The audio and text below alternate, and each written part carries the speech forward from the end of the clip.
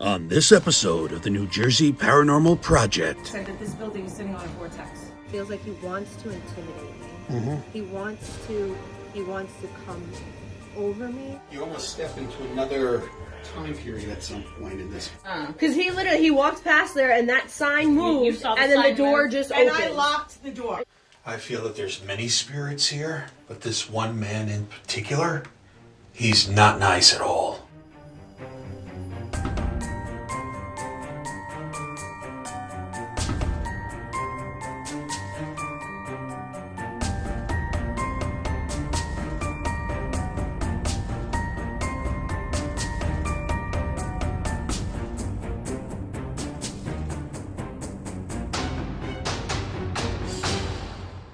Upon arrival, I felt drawn to the back of the property, and you see there is a stone wall that's right by this running brook.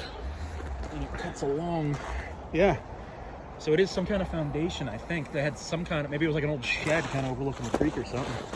Yeah. Or could even have been another house. Maybe. You know? But with the water running right there. On the way here. It's an old area. Yeah. You're right, though. It could also be something for milling, but I don't know if there's enough water there to run something like that. Or you wonder at one point, maybe there was. Maybe. Before development took. It could have been dammed further up, yeah. Using spirit art, I connected with a man that I feel is associated with the property in Vernon. I picked up on America, Europe. I see America and Europe and arrows going back and forth. I see cargo. Not sure if he was sending stuff over or receiving stuff. I see the 1860s to 1870s time period. Very unhappy man. Not a very easygoing person at all. I see lungs, not being able to breathe. I see a train. I don't know if anything had to do with a train or the symbolism of a train. Involved with early town politics. I feel that he had his nose in a lot of the early politics of the town. Lungs again coming through, being full of fluid. Abusive, not friendly. I feel he was pretty much a crotchety kind of personality. Something of his was taken. I feel that something of his was taken. Property. I see property. I don't know if he's referencing the property that is there now or that property that could have been taken from him. But something to do with something of his was taken and property. William. I see the name William. Civil War timeline. Bitter person. Fire. Don't know if anything has to do with fire. Playing cards, or he played his cards right. I see it. A hand holding playing cards. So to me, I would either perceive this as being card games being played there, or he's referencing he played his cards right. Pain in the butt, stubborn. Well, and I put a question mark. Not sure if there's a well on the property, but there's something to do with a well. He's from somewhere else and watching. That came through in the spirit art session, and I jotted that down. So, as we have arrived at our location for this weekend, I did a walk around in the backyard with my EMF meter. I didn't get a single reading above 0, so that's great. There's nothing external that would be causing high readings on the inside, because we have experienced that in some places. And as I ask to open up to this location and ask its permission to read it, I'm asking to go back far and see if there's anything in the history line that wants to talk and wants to tell its story. And I am being brought to Native Americans. I am being brought in, the word sacred spot does come up in this general area. They are talking about tools. I'm seeing spears, like not necessarily like arrows. I'm seeing like those spears. So that would tell me that this could even be like more prehistoric than woodland, because they're showing me spears and large large tools on the ends of the spears, stone tools. This is what they're saying was a valuable and they are bringing up sacred spot. They're also speaking of the sun. What about the sun?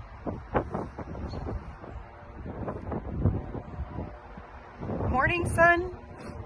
This has happened before at another location. They were talking about sunrise. And they said it was sunrises on the warrior.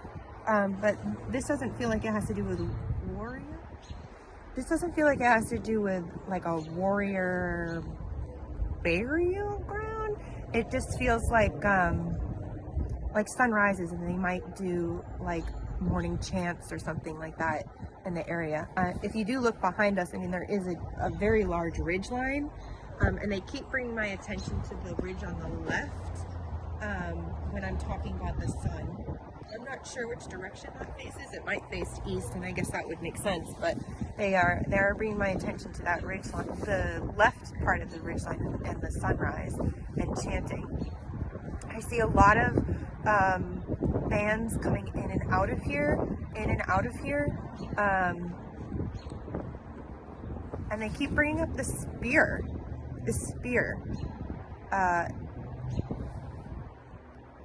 Kind of looks like a javelin, you know what I mean? Like those. Yeah. Okay, all right. I guess. Yeah, you have the right word. Yeah. Spear. Okay. Spear. And I think I'll leave it at that. But this was they're saying a valuable area, valuable valley, valuable spot that they would come in. It would be like a group would come in and a group would come out, a group would come in. And they're even saying like they might even have taken turns. Like one group comes in July, next group comes in June. Like different groups would come in at different times, and it was like organized and like, yeah. So I think multiple different clans and bands would come into this area. I would even say back to pre-Woodland into this area. Sometimes they'll have sentries at places of value.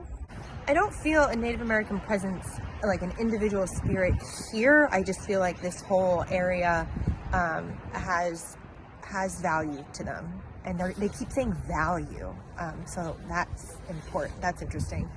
I don't feel like it was farming. I don't know. I'll have to look into the value. It might be connected to the spear that they keep showing me as well. Maybe hunting or value, like the animals in this area were valued hunting, but they keep talking about. Okay, anyway, all right. Okay, thank you.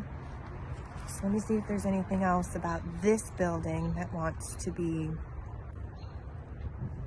mentioned as I stand out here. Okay, I do see that this building, this land was associated with a much larger plot of land. This would be back into 1700s, mid to late 1700s. I feel like this plot of land was claimed. It was a much larger plot of land, obviously, and that was pretty typical of, you know, these places. I do feel like there was farming land associated with it, but like as I look around here, I'm like, this is not a farming location. No. Because we're like in a little valley. So there was something of that, but it was definitely a much larger plot of land.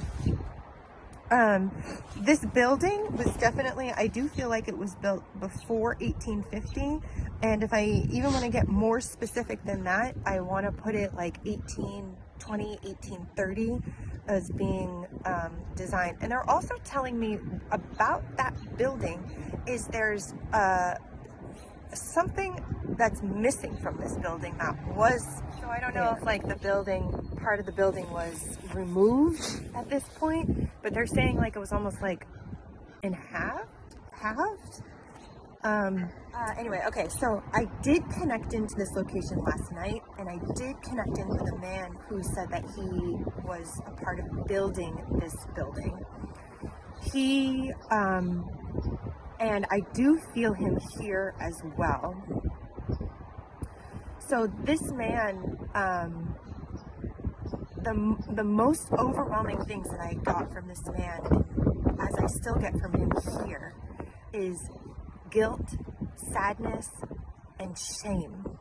And specifically guilt, sadness, and shame. And he's a very melancholy individual because of what happened to him. He's younger. I will put him between 30 to 40, although he looks older, but he's like 30 to 40, like he's grizzled, like he's like weathered is kind of what he wants to say to me, like weathered.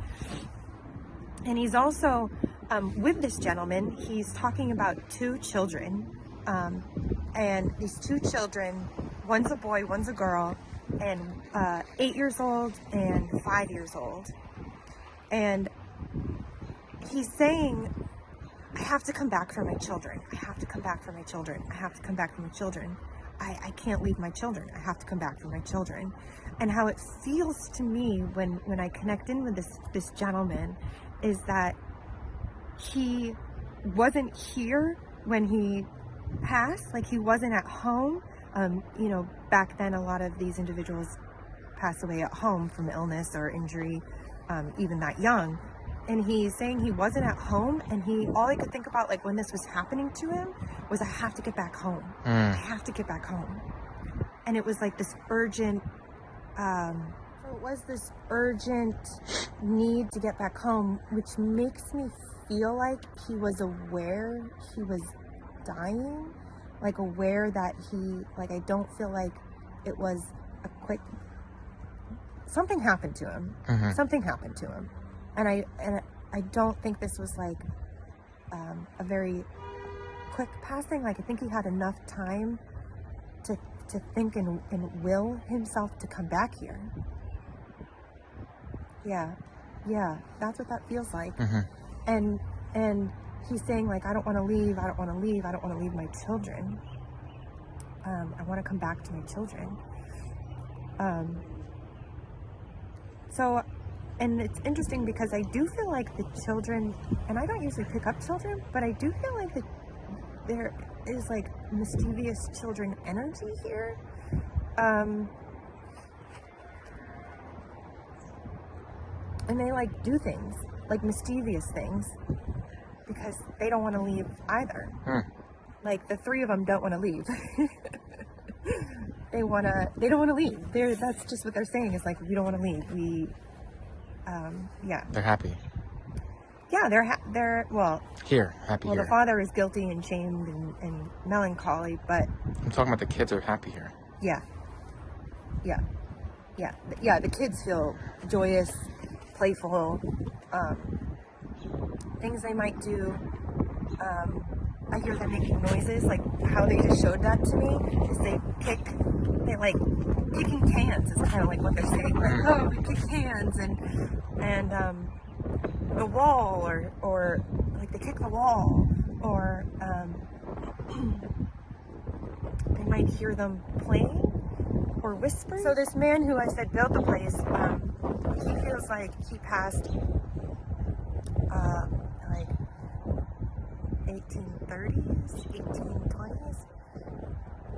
But he's saying, no, I built this place. So he built this place. Oh, and the other thing that was coming up was brother. That his brother had something to do with this house. And it feels like the brother would have like lived here, or something had to do with the house. So like after his passing, his brother took over, or his brother lived in the house with him and his brother's family. But like something to do, this man who died away from home, his brother also is involved in this house at that time. Back when it was being built, like that time frame, like 1820, 1830.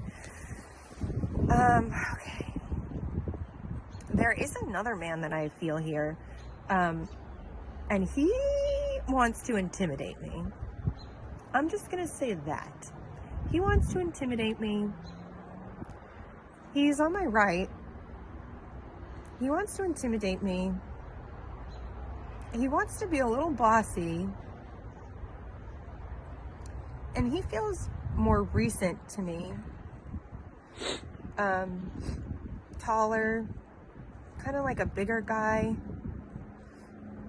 Almost like a biker type, like like a biker. I see maybe leather jacket or some kind of jacket on him. Mm-hmm. And he's kind of angry. He's kind of angry and bossy, and he wants to intimidate. He's in his 50s. At his latest, would be in his 50s. I do feel like his passing had to do with his heart. And yeah, I feel like his passing had to do with his heart. And I'm like, why are you here? What brings you here? He's saying he worked here. Okay. Talking How old about are you getting? rentals. Worked here. Sorry, what were you saying? How old? Like at his latest 50s. Like he might be 40 to 50s, but 50s. I think he's in 50s. I'm gonna stick with 50s. Do you think he died here? That's a very good question. I think he did. And what were the rentals for?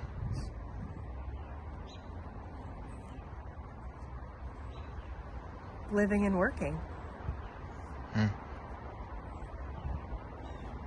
Oh, okay. They brought me to the upstairs in the attic. They just said we need to talk about the attic. Okay. There were living quarters in the attic.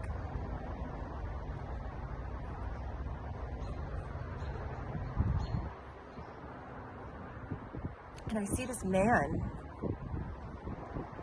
I see a man in the attic, different from these other two. He feels like a smaller man. He feels like he was in the 1800s, like mid 1800s. And he's hunched over. He's hunched over, and he has like planning tools, like engineering, meaning they show themselves to me as a Like a looming kind of figure. I mean, I don't want to be too dark, but are they having things like that happen to them? They're afraid of, at times, from what's going on. You know, the women here feel that, you know, there are spirits, maybe some of them aren't so nice. This individual feels like he wants to intimidate me. Mm-hmm. He wants to come over me, in front of me, which is unusual. Usually they want to come from the back, but he wants to come in front of me, and it feels like a darkness. Like he would come to you in darkness. REM pod's quiet. Yeah, the REM pod's been quiet here all day. The laser grid, we had a lot of action on the other side of this room. So what is your name that you want to come to me in darkness?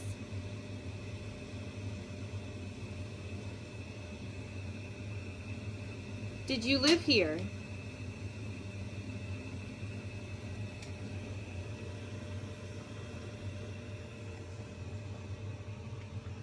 Did you work here?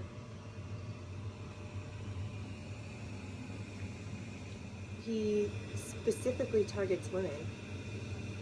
Coming, light Because they light don't groups. want to leave. They don't want to leave. And I said that's the one thing. Outside. Really? Like I literally am disoriented. And this door goes out to the woods.